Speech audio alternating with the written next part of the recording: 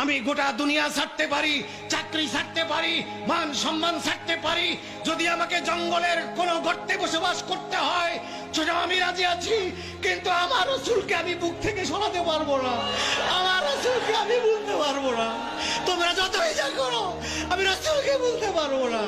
আমি মনে করি পৃথিবীর শ্রেষ্ঠ আলেম, পৃথিবীর সবচাইতে বড় আলেম, পৃথিবীর 700 কোটি মানুষের শ্রেষ্ঠ জ্ঞানী ব্যক্তি, আলেম ব্যক্তি, তার ভিতরে যদি আমার নবীর প্রেম না থাকে, তার ভিতরে যদি নবীর আদব না থাকে, আমি তাকে আমার পায়ের জুতার সুতলা মনে করি, এর বেশি মনে করতে পারি না।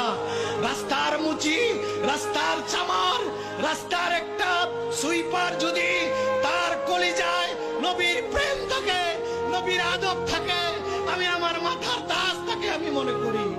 সুতরাং এর ঊর্ধ্বে আমি যেতে পারবো না। সৌদি আরবের দরকার